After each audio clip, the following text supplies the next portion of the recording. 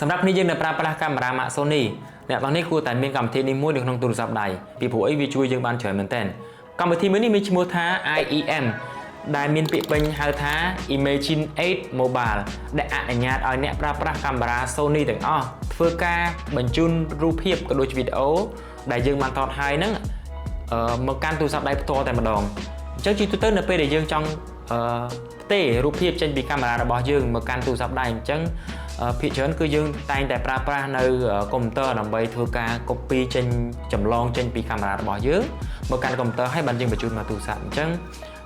ពេលខ្លះវាស្មុគស្មាញដែរហើយសម្រាប់កម្មវិធីនេះគឺវាមានភាពងាយស្រួលខ្លាំងមែនតើគឺយើងគ្រាន់តែធ្វើការ download រួចហើយបន្តមកទៀតគឺយើងត្រូវ connect ឲ្យស្គាល់អីចឹងទៅតាមរយៈកម្មវិធីនេះគឺអាចឲ្យអ្នកទាំងនេះធ្វើការបញ្ជូនរូបភាពចេញពីកាមេរ៉ាមកកាន់ទូរស័ព្ទផ្ទាល់តែម្ដង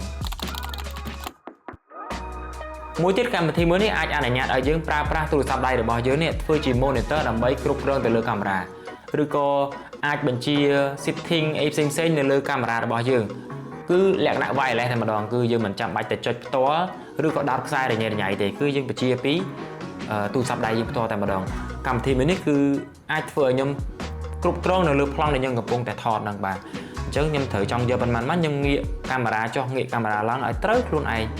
ហើយខ្ញុំក៏មិនចាំបាច់ទៅងើបចុះងើបឡើងដើម្បីទៅសេរីឆ្វេងសេរីស្ដាំមកអង្គុយអីចឹងទៅងើបចុះងើបឡើងវាចំណាយពេលយូរអញ្ចឹងណាបាទជាពិសេសសម្រាប់គ្នាយើងដែលប្រើប្រាស់កាមេរ៉ាដែលអាច flip screen បានអាចបត់កញ្ចក់មើលខ្លួនឯងបានណារឹតតែសំខាន់មែនតើកន្លែងហ្នឹងចុះវីដេអូមានតែប៉ុណ្្នឹងទេហើយអរគុណអ្នកទាំងនេះដែលបានតាមដានវីដេអូដល់ចប់កុំភ្លេចចែករំលែកវីដេអូនេះទៅកាន់គ្នាយើងអ្នកតើបានដឹងផងហើយជួបគ្នានៅវីដេអូក្រោយទៀតសូមអរគុណបាយបាយ